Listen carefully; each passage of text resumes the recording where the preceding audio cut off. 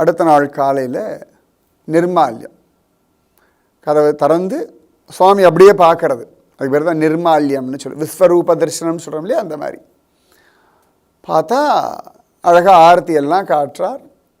அப்போ தான் பூஜை பண்ணுறவர் பார்க்குறார், இது என்ன ஒரு மாலை புதுசாக இருக்கே.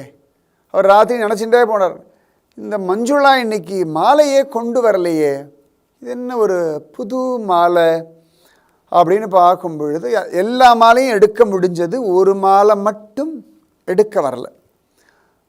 அப்போ பூந்தானம் பார்த்தார், ஓ இது ராத்திரி மஞ்சுளா இட்ட மாலையாக்கும் அப்படின்னு. இவர் சொன்ன உடனே அந்த மாலை குருவாயூரப்பன் கழுத்துலேருந்து நழுவி கீழே விழுந்தது. அப்போ எல்லாருக்கும் ஆச்சரியமாக இருந்தது, அவ எப்படி உள்ளே வந்து மாலையை போட்டா? அப்போ பூந்தானம் சொன்னார், இல்லை இல்லை அவள் கோவிலில் வரல, இவன் அவள் மாலை போட்ட அரச மரத்துக்கு ஆவிர்பவிச்சு அங்கேருந்து மாலையை வாங்கிட்டுட்டான்னார். எல்லாருக்கும் அதிசயம், பிரமிப்பு. இன்றைக்கும் அந்த அரச மரம் இருக்குது.